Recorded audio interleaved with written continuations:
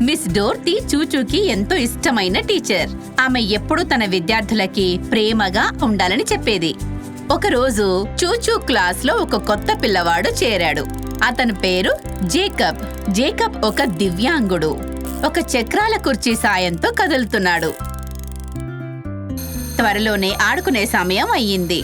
పిల్లలందరూ ఆడుకోవాలన్న ఉత్సాహంలో ఉన్నారు. పిల్లలందరూ ఆటలాడుకుంటూ సరదాగా గడుపుతున్నారు. కానీ జేకబ్ ఒంటరిగా కూర్చొనుండడం చూచూ గమనించింది.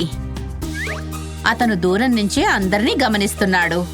చూచూ అందరినీ జేకబ్ కూడా ఆడగలిగే ఒక ఆటని ఆడమని అడిగింది. అలా ప్రతి ఒక్కరూ ఆ ఆట ఆడడం ప్రారంభించారు. జేకబ్కి చాలా ఆనందం కలిగింది. చూచూ ఆమె స్నేహితులు చాలా సంతోషించారు. జేకబ్కి ఎలాంటి ఇబ్బంది అనిపించకుండా తమకు వీలైనంత సాయం చేసేవారు. అతన్ని ఎప్పుడూ ఒంటరిగా వదలలేదు.